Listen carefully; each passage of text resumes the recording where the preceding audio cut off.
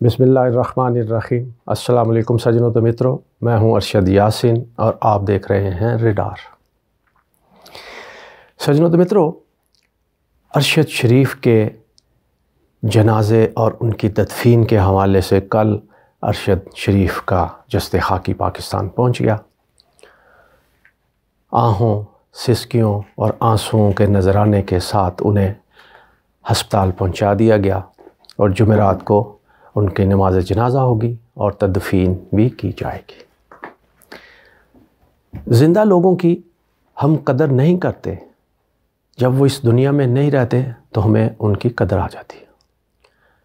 رات گئے لوگوں کا جمع غفیر آنسوؤں، سسکیوں اور آہوں کے ساتھ جس طرح ان کا استقبال ہوا، لگتا تھا ساری دنیا ہی یہاں آ پہنچی ہے۔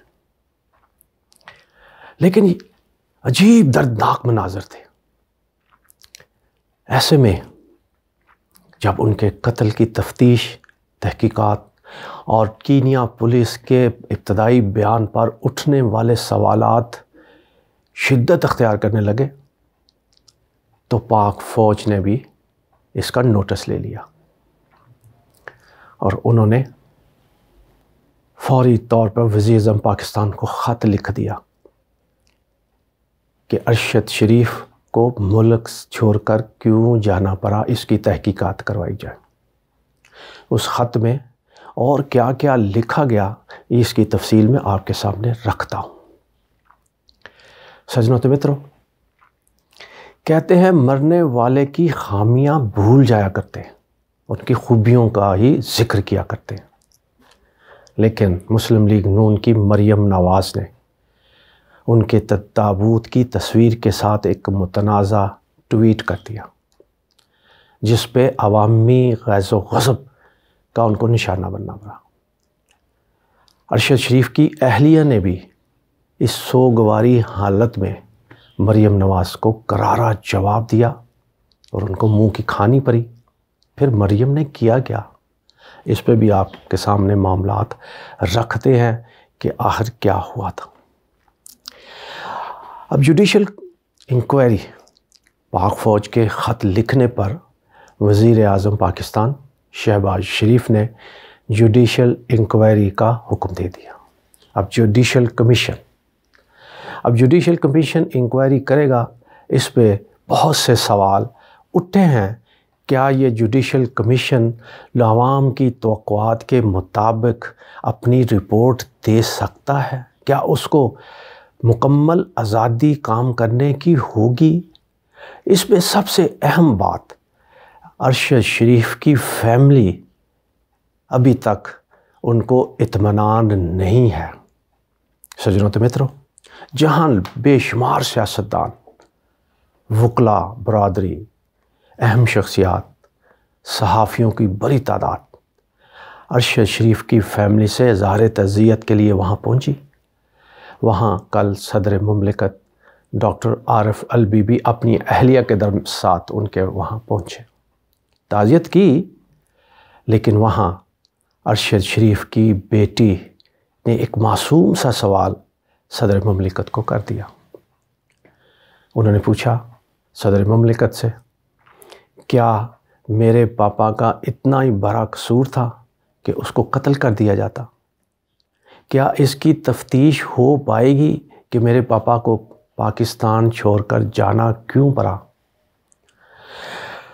صدر مملکت کے پاس اس کا کوئی جواب نہیں تھا۔ ہاں، انہوں نے اتنا ضرور کہا کہ ارشد شریف نے مجھے ایک خط لکھا تھا، تفصیل کے ساتھ انہوں نے مجھے خط لکھا تھا اور اس میں انہوں نے یہ کہا تھا کہ مجھے جان کا خطرہ ہے، متعدد افراد کی طرف سے مجھے مارنے کی دھمکیاں دی جا رہی ہیں، ٹیلی فون کالز آ رہی ہیں اور یہ وہ، انہوں نے کافی تفصیل سے مجھے لکھا تھا۔ اور 14 جولائی کا ذکر ہے اور 14 جولائی کو مجھے خط انہوں نے لکھا۔ میں نے 15 جولائی کو وزیر اعظم شہباز شریف کو خط لکھا اور میں نے کہا کہ ارشد شریف نے یہ خط لکھا ہے، اس میں انہوں نے لکھا ہے کہ مجھے جان کا خطرہ ہے، ان کی حفاظت کی جائے۔ وزیر اعظم کو میں نے اسی دن خط لکھ دیا۔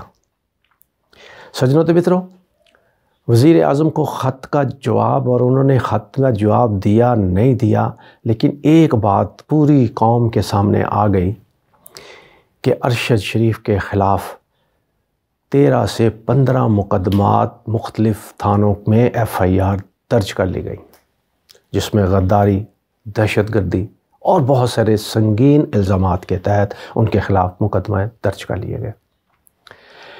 اور پھر ارشد شریف کو بھاگنا کیوں پڑا، اس پہ بھی ہم نے اپنے ویلاگ میں تفصیل کے ساتھ آپ کے سامنے باتیں رکھی ہیں، لیکن آج ہمیں پھر یہ یاد آتا ہے کہ ارشد شریف نے اپنی جان بچانے کے لیے اور پاکستان کے شہری ہونے کے حوالے سے وہ کون سے اقدامات نہیں اٹھائے جو ایک پرامن شہری کو اٹھانے چاہیے۔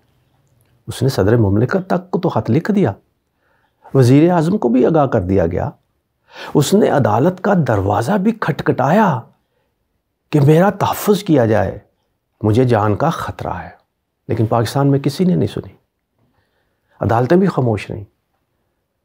صدر مملکت نے خاتم لیا اور آگے خط بھی لکھ دیا، صحافتی تنظیمیں بھی خاموش، کسی نے اس کا ساتھ نہیں دیا۔ آخر پھر کرتا تو کیا کرتا، جان بچانے کے لیے وہ پاکستان چھوڑ گیا۔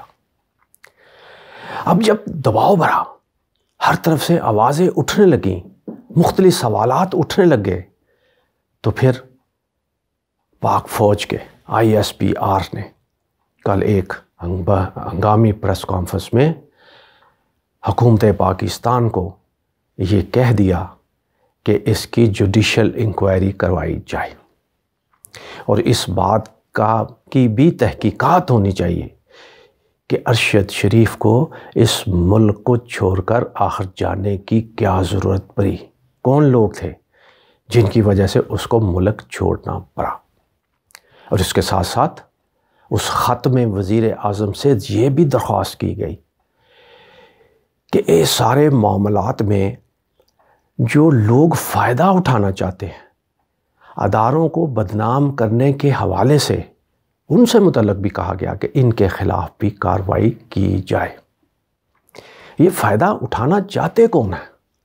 یہ ISPR نے اس نقطے پہ اس خط میں وزیر اعظم کو کیوں لکھا کہ کچھ لوگ فائدہ اٹھانا چاہتے ہیں، اور پاکستان کے پرامن شہری، باخبر حلقے یہ کافی عرصے سے کہتے آ رہے ہیں کہ پاکستان کے اداروں کے خلاف، صدا سے خلاف، جو پاکستان کے اداروں کے خلاف باتیں کیا کرتے ہیں، بلند بانگ دعوے کریاں کرتے تھے، جس کی آوازیں آسما جنگیر کانفرنس میں بھی سنی گئیں، وہ لوگ پاکستان کے اداروں اور خصوصاً پاک فوج اور عوام کے درمیان تصادم چاہتے ہیں، وہ اس حوالے سے فائدہ اٹھانا چاہتے ہیں اس ساری کشیدگی کا، اور خصوصی طور پہ اب ارشد شریف کے قتل کے حوالے سے اور اس کو پاکستان میں سیکورٹی نہ ملنے کے حوالے سے، مقدمات کے حوالے سے لوگ انگلیاں اٹھا رہے ہیں، اور اس کا فائدہ بھی کچھ لوگ اٹھانا چاہتے ہیں۔ ISPR نے حکومت سے انہی لوگوں کے خلاف کارروائی کی درخواست کی ہے۔ آخر یہ فائدہ اٹھانے والے ہیں کون؟ کچھ چہرے تو آپ لوگوں نے دیکھ لیے ہوں گے۔ آصف زرداری کو بھی اس کا احساس ہو گیا، وہ کو کہ اس کانفرنس میں وہ موجود نہیں تھے جس میں اداروں کے خلاف نعرے بازی ہوئی، لیکن بلاول تو تھے، بلاول نے بھی کچھ ایسی باتیں کی جس پہ لوگوں نے انگلیاں اٹھائیں، لیکن پھر بلاول بھٹو نے تو پاکستان کی قوم سے بھی معافی مانگ لی ہے، اور ساتھ ساتھ انہوں نے اس کانفرنس میں لگنے والے نعروں کے حوالے سے بھی اپنا وضاحتی بیان جاری کر دیا ہے، اور ساتھ ساتھ انہوں نے وہاں پر جو لوگ مظاہرہ کر رہے تھے ان کے ساتھ رویے پر بھی انہوں نے معافی مانگ لی ہے۔ کہتے ہیں، باخبر حلقے کہتے ہیں کہ آصف زرداری کی منت تلنے کے بعد، معافیوں کے بعد بھی جان شاید استعفے تک جا پہنچی ہے۔ پاکستان کے وزیر خارجہ کو بھی استعفیٰ دینا پڑے گا، کیونکہ اس سے پہلے آپ کو یاد ہے نا، وزیر قانون اعظم نذیر تارڑ بھی اسی کانفرنس میں یہ اٹھنے والی آوازوں کے حوالے سے استعفیٰ دے چکے ہیں۔ اور انہوں نے آج اپنی سٹیٹمنٹ دی ہے، انہوں نے کہا کہ پاکستان کی جو ہماری پارٹی کی پالیسی تھی وہ میرے اصولوں کے مطابق نہیں تھی ججز تقرری کے حوالے سے، اس لیے میں نے یہ اپنی وزارت سے استعفیٰ دے دیا۔ لیکن لوگ اس پہ بھی انگلیاں اٹھاتے کہتے ہیں وزیر قانون صاحب، اگر آپ کی پالیسی، آپ کی پارٹی پالیسی آپ کے موقف کے خلاف تھی تو آپ کو ججز اپوائنٹمنٹ میں اپنی رائے کا اظہار ہی نہیں کرنا چاہیے تھا۔ جونیئر ججز کی تقرری کا آپ نے فیصلہ تو کر دیا، کام تو ہو گیا، اب پھر آپ یہ کہیں کہ جی وہ میری پارٹی کی پالیسی تھی، میری پالیسی نہیں تھی، میں نے مجبوراً کیا اور استعفیٰ دے رہا ہوں۔ استعفیٰ پہلے دینا چاہیے تھا۔ بہرحال یہ وہ معاملات ہیں جو ISPR نے وزیر اعظم شہباز شریف کو خط میں لکھے ہیں، اور اس حوالے سے اب سجنوں تو متروں بہت اہم ڈیولپمنٹ ارشد شریف کے حوالے سے یہ ہوئی ہے کہ ارشد شریف کے جو قاتل ہیں کہتے ہیں کہ اگر جوڈیشل انکوائری کو غیر جانبدارانہ اور آزادانہ کام کرنے کا موقع ملا تو وہ قاتلوں تک پہنچ جائیں گے۔ گزشتہ رات پاکستان کے ایک معروف قانون دان، پاکستان پیپلز پارٹی کے ان کا تعلق رہا اور سابق وفاقی وزیر داخلہ بھی رہے، وہ کہتے ہیں کہ اگر مجھے اختیارات دے دیے جائیں تو ارشد شریف کے قاتلوں کو 8 دن کے اندر اندر میں ڈھونڈ نکالوں گا۔ سیدھا سیدھا کیس ہے سجنوں تو متروں، سیدھا سیدھا کیسے؟